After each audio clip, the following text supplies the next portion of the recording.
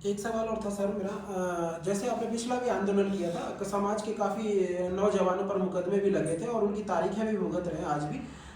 तो उसको आप किस तरीके से देखते हैं? आज इस जो अभी का फिलहाल का आंदोलन था, इसमें युवाओं को एक निराश की तरफ जाना पड़ा, क्योंकि ना कोई मंत्री किसी तरीके से एक तरीके से ज्ञापन बतौर या कोई ऐसे सही तरीके से मुलाकात नहीं हो पाई। तो आगे आने वाले आंदोलनों के किस लिए नौजवानों में किस तरीके से आप एक तरह जोश भर पाएंगे कि एक उनको ये चीज़ें रूपरेखा के सामने एक दौर गुजरना पड़ा? ऐसे नहीं बलवीर जी, देखो मैं आपको बता दूं, हमारे नौजवान कहीं कमज़ोर नहीं हैं। हमारे नौजवान साथी वैसे के वैसे ही हैं, क्योंकि हमने पहले कहा था कि हमारा जो आंदोलन है अब की बार शांति प्रिय है। सरकार शांति से नहीं मानती है तो फिर क्रांति पैदा करेंगे। हम इंतजार कर रहे हैं सरकार का।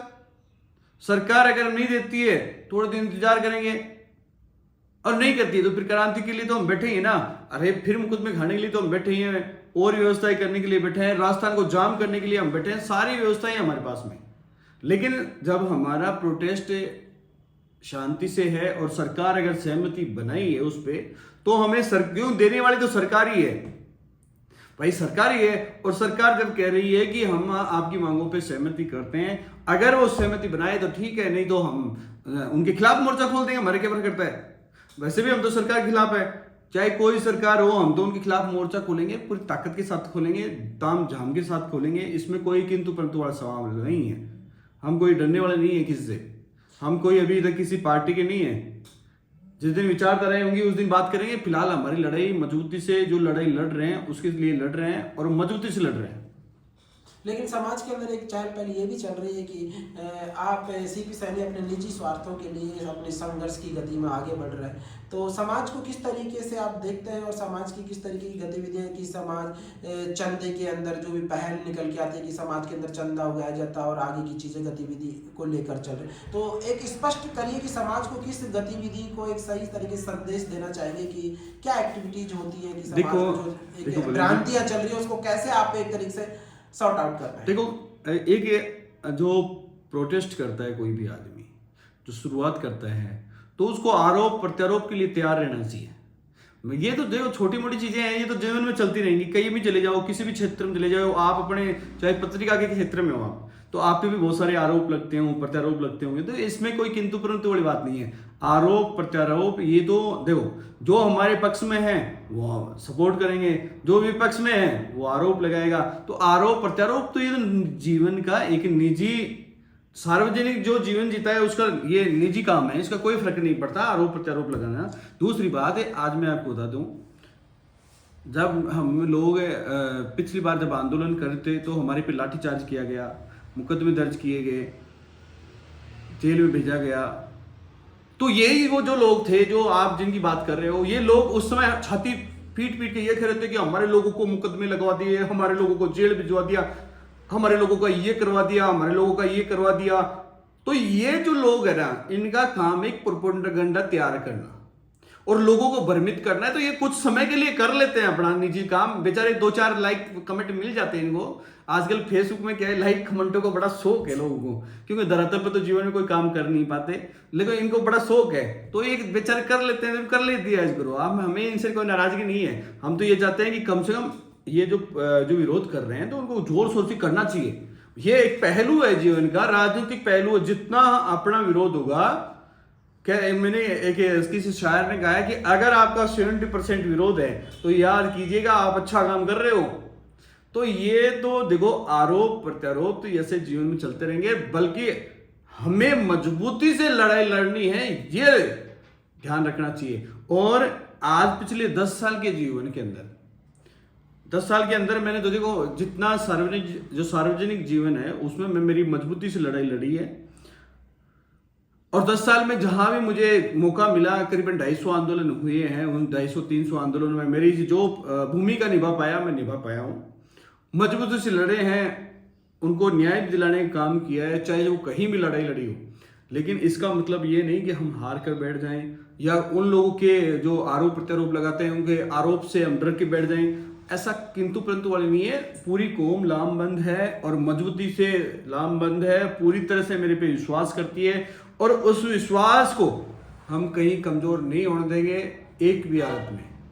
हमारा एक ही मूल मंत्र है कि हमारा लगातार मजबूती से लड़ाई लड़ते रहेंगे, डटे रहेंगे, पूरी ताकत के साथ में। सरकारें हमारी मांगे मानती है तो ठीक है, नहीं आगे मजबूती से संघर्ष करेंगे। यही हमारा है। 2 दिन का प्रवास रखा गया है आपने 16-17 को। अपने क्रांतिकारी योद्धाओं के लिए किस तरीके का मैसेज देना चाहेंगे कि उनके लिए आगे की रणनीति क्या रहेगी?